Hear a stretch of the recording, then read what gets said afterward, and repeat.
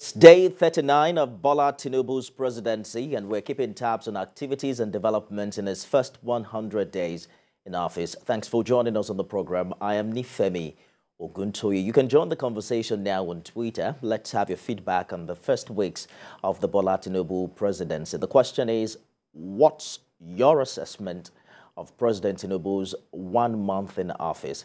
Remember to use the hashtag first 100 days and tag at TVC News NG and at Nifemi Oguntoye. Let's begin with the from the presidential villa, where President Tinubu today says is determined to remove all barriers impeding business growth in Nigeria, as he has approved the establishment of a presidential committee on fiscal policy and tax reforms. The committee is to be chaired by fiscal policy partner and Africa tax leader at PricewaterhouseCoopers, Taiwo Oyedele. It will comprise experts from both the private and public sectors and also have the responsibility for the various aspects of tax law reform, fiscal policy design and coordination. There is the harmonization of taxes and revenue administration. According to the special advisor to the president on revenue, Adelabu Adedeji, President Tinubu recognizes the importance of a sound fiscal policy environment and an effective taxation system for the functioning of government. I'm joined now live from the presidential villa, Abuja, our State House correspondent Femi Akonde for more updates from the presidency. Femi, just yesterday, the president signed some executive orders to ease tax burden on businesses.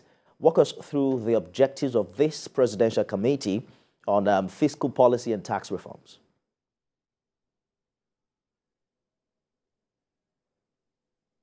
On fiscal policy and taxation, their target is to transform the taxation system in the country to ensure it supports sustainable development and achieve a minimum of 18% tax to GDP ratio, and also ensure that while doing all of this, it does not stifle businesses, investment, and also economic growth and development. Well, you know, their target is also to ensure that they expand the tax net of the country, capture more people into the tax system, ensure that the country's revenue is jacked up from taxation, because it appears as if President Bola Tinubu's administration is trying to look away from borrowing, because the country's debt profile as it stands now, the country's debt profile is about 46.25 trillion. You know, it increased between 2021 and 2022. That is the current debt rate, and the country is spending so much on debt servicing.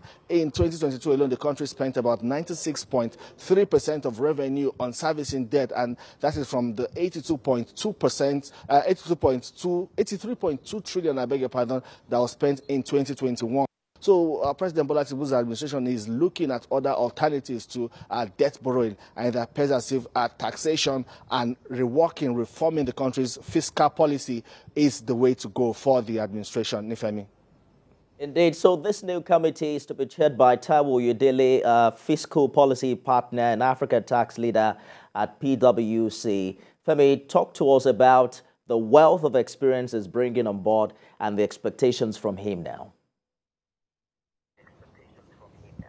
Well, Nifemi, from the profile that was shared by the presidency, Mr. Oyedele is a highly accomplished professional with extensive expertise in fiscal policy, taxation, and economic matters. He currently serves as PricewaterhouseCoopers Africa's tax leader, and you know that is a leading firm in a leading global firm in tax matters. And you know, in addition to his role, we hear that he holds several important positions in prestigious organizations, and he also chairs the Taxation and Fiscal Policy Faculty Board of the Institute of the Chartered Accountants of Nigeria. So it's expected that he'll bring all of this wealth of experience to bear to help the administration of President Bola Tinubu achieve its goal of reforming Nigeria's fiscal regime and tax policy. Nifemi.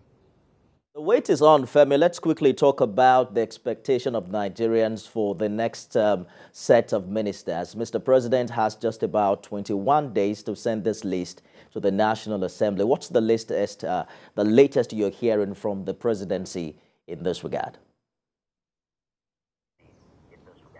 Well, we are hearing, Nifemi, that the president is not under any pressure to send these ministerial lists. He's going to do it at his own time. The special advisor on media, communications and strategy, Dele Alake, told us yesterday that the buck stops on the table of the president, and all predictions, second guessing, permutations and all of that, he says, are just fabrications by people in the media and fifth columnists. But the president is the one that would determine or decide which day he would want to send the list of ministers that would make up the Federal Executive Council to the National Assembly for confirmation. And yes, he understands that he has a period or a time frame which he would get this done. And we believe he's working within that time frame. Mr. Dele Alake is saying that, well, as long as Mr. President has not exceeded that time frame, then there's no cause to worry. Everyone should just be patient, wait with bated breath, and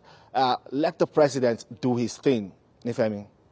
The position was different before election. One of his aides was quoted to have said that 4 weeks is enough for a serious government to make known its intention in this regard. But like you said, we are waiting anxiously, well, perhaps patiently, like you said, the president is, to find out what his decision will be. State House correspondent Femi Akode live for us at the presidential villa.